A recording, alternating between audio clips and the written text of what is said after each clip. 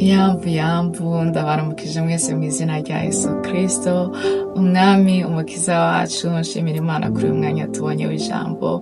Ku batanzi nyitwa Pasi, uno munsi nishimiye gusangira namwe ijambo ry'Imana. Nashatse ko tuganira ku ijambo rivuga ngo ubwo twizeye tumenye yuko. Birisi tubwira ngo ubwo twizeye tumenye yuko twegereye ururembo Siyoni. Abaheburayo igice ca 12 pere ku murongo wa 22 haravuga ngo ahubwo ngo mwegereye umusozi wa Siyoni n'ururembo rw'Imana ihoraho arirwo Yerusalemu yo mwijuru, kandi mwegereye iteraniro ry'abamarayika batabarika n'iteraniro ry'abana b'imfura banditswe mwijuru, mwegereye n'Imana umucamanza wa bose n'imyuka y'abakiranutsi batunganijwe rwose. Haleluya. Iyo wasomye igitabo cy'Abaheburayo ukacumva uzutaramira mwijuru, kuko kiza kivuga Yesu, kikakubwira n'ubuturo, kikakubwira ubuturo, kikakubwira abo turi bo, kikatubwira igihagararo cacu ca none. Ubwo twizeye igihagararo cacu ca none, duhagarare tuzi ko twegereye umusozi wa Siyoni n'ururembo rw'Imana ihoraho arirwo Yerusalemu yo mwijuru, kandi mwegereye iteraniro ry'abamarayika batabarika n'iteraniro ry'abana b'imfura abanesheje, iteraniro ry'abana b'imfura banditswe mwijuru, mwegereye n'Imana umucamanza wa bose n'imyuka y'abakiranutsi batunganijwe rwose. Haleluya. Mwegereye na Yesu umuhuza w'isezerano risha wabemereye ibi, mwegereye n'amaraso amenjagirwa avuga ibyiza, amaraso avuga ibyiza. Musobanukirwa ubwo twizeye, dusobanukirwa, tubasha kumenya amaraso amenjagirwa avuga ibyiza kurusha ayabeli. Mwirinde mutanga kumva ivuga. Igitabo cy'Abaheburayo gitangira kiduhamagarira kumva, kitubwira ngo kera Imana yavuganiye n'abasogokuruza mu kanwa k'abahanuzi mu bihe byinshi no mu buryo bwinshi, naho muri iyi minsi y'imperuka yavuganiye natwe mu kanwa k'umwana wayo, uwo yashiriyeho kuba umuragwa wa byose, ari we yaremesheje isi. Bibiliya iduhamagarira kumva ibya Yesu, dutunganirizwa muri we, dusa nawe, dushushanywa nawe. Isomye igice ca 13 ijambo riratubwira ngo nuko dusohoke. Haleluya. Dusohoke tumusanga inyuma y'urugo, twemeye gutukwa kubwe, kuko hano tudafite umudugudu uhoraho, ahubwo dushaka uzaza.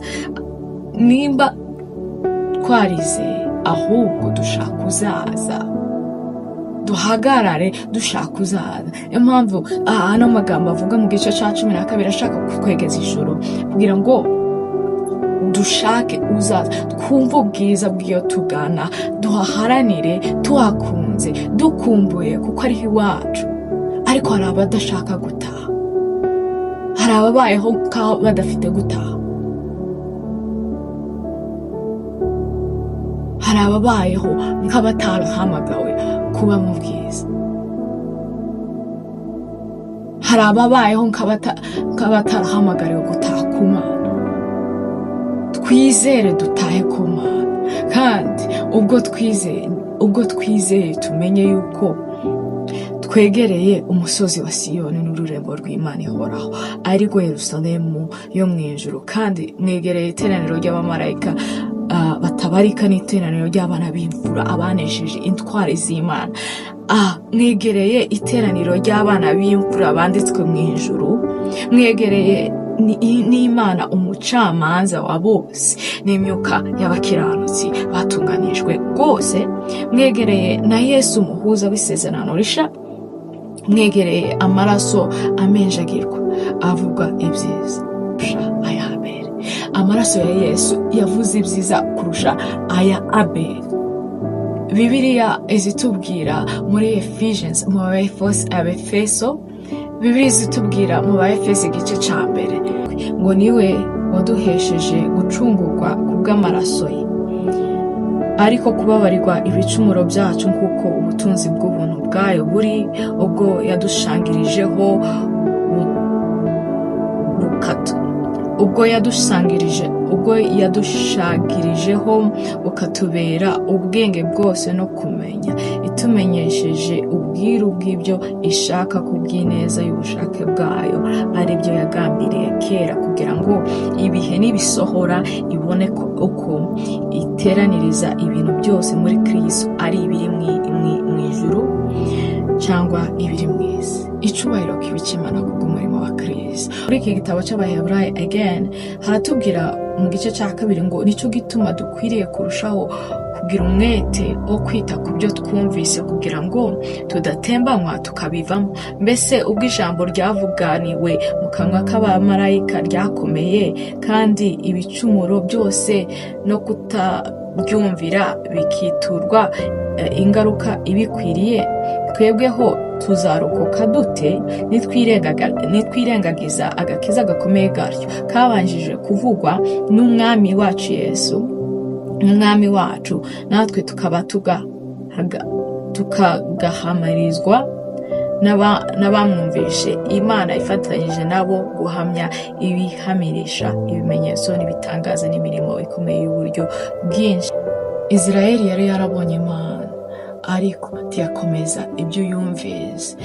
Imana iduhamagarira kumenya ubwenge mu gihe cyacu ubw'ibyo twumva. Bibiliya itubwira ngo nuko rero kubw'isezerano ryo kwinjira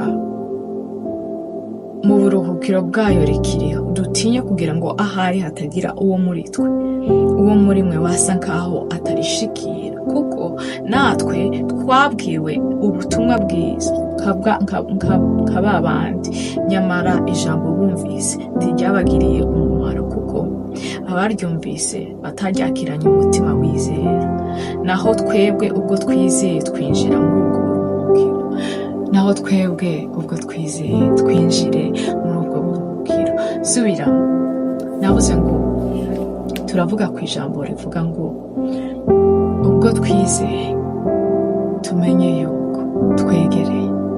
Ubwo twizeye tumenye yuko twegereye umusozi wa Siyoni n'ururembo rw'Imana ihoraho, arirwo Yerusalemu yo mu ijuru, kandi mwegereye iteraniro ry'abamarayika batabarwa n'iteraniro ry'abana b'imfura banditswe mu ijuru, mwegereye n'Imana umucamanza wa bose n'imyuka y'abakiranutsi batunganijwe rwose, mwegereye na Yesu umukuza w'isezerano risha, mwegereye n'amaraso aminjagirwa avuga ibyiza kurusha ya Abeli.